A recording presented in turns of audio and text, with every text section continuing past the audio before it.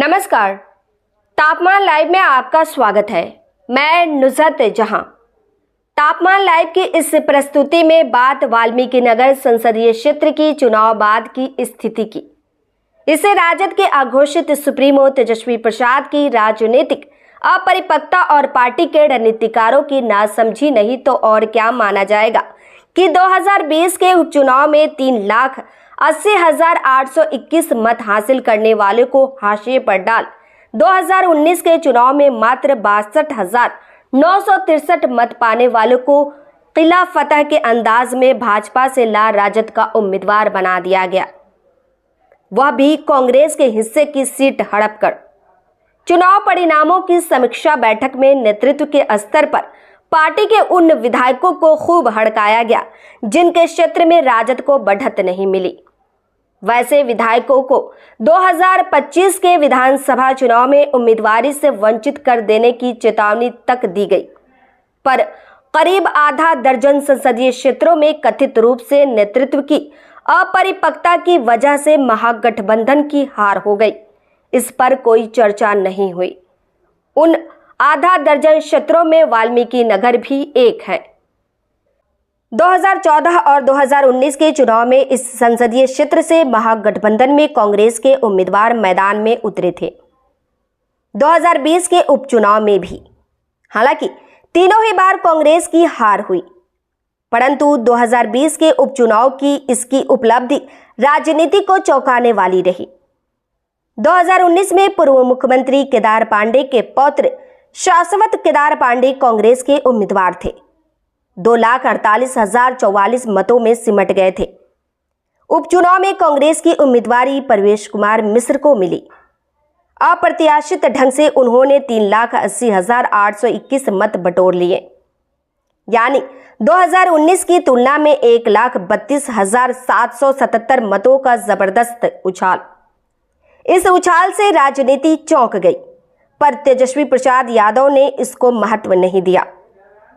2024 के चुनाव में वाल्मीकि नगर को राजद के हिस्से में रख उस दीपक यादव को उम्मीदवार बना दिया जो 2019 में बसपा के उम्मीदवार थे और 62,963 मतों पर अटक गए थे। परिणाम राजद की पराजय के रूप में सामने आया। हालांकि परवेश कुमार मिश्र को उम्मीदवारी मिलने से कांग्रेस की जीत हो जाती, ऐसा भी नहीं कहा जा सकता, पर वैसी स्थिति में तेजस्वी प्रसाद यादव पर हनक में निर्णय का दोषारोपण तो नहीं होता।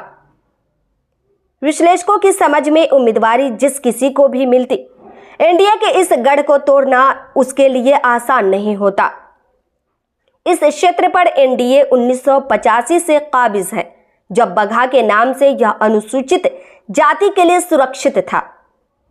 वैसे एनडीए भी अब उतना मजबूत नहीं रह गया है। 3 चुनाव के विश्लेषण से तो ऐसी ही कुछ तस्वीर उभरती दिख रही है। कैसे और किस रूप में, आइए उस पर नजर डालते हैं। 2014 में वाल्मीकि नगर में एनडीए के भाजपा उम्मीदवार सतीश चंद्र दुबे की जीत 1,17,795 मतों के अंतर से हुई थी। शिकस्त उन्होंने कांग्रेस के पूर्णमासी राम को दी थी। 2019 में एनडीए में बैद्यनाथ प्रसाद महतो जदयू के उम्मीदवार थे। मुकाबला महागठबंधन के कांग्रेस प्रत्याशी शाश्वत केदार पांडे से हुआ। जीत का अंतर 3,54,616 मतों का हो गया।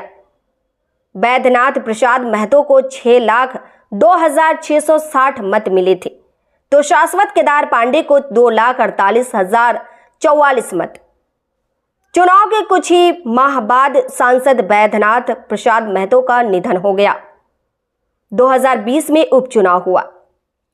जदयू की उम्मीदवारी उनके पुत्र सुनील कुमार कुशवाहा को मिली। कांग्रेस ने शाश्वत केदार पांडे की जगह परवेश कुमार मिश्र को उम्मीदवार बना दिया। जीत तो सुनील कुमार कुशवाहा की हो गई, पर अंतर 22,539 मतों का ही रह गया। सुनील कुमार कुशवाहा को 4,03,360 मत ही मिल पाए। परवेश कुमार मिश्र को 3,80,821 मतों की प्राप्ति हुई। 2024 में जदयू की उम्मीदवारी सुनील कुमार कुशवाहा को ही मिली। मुकाबला राजद के दीपक यादव से हुआ। जीत के मतों का अंतर 98,675 का हो गया।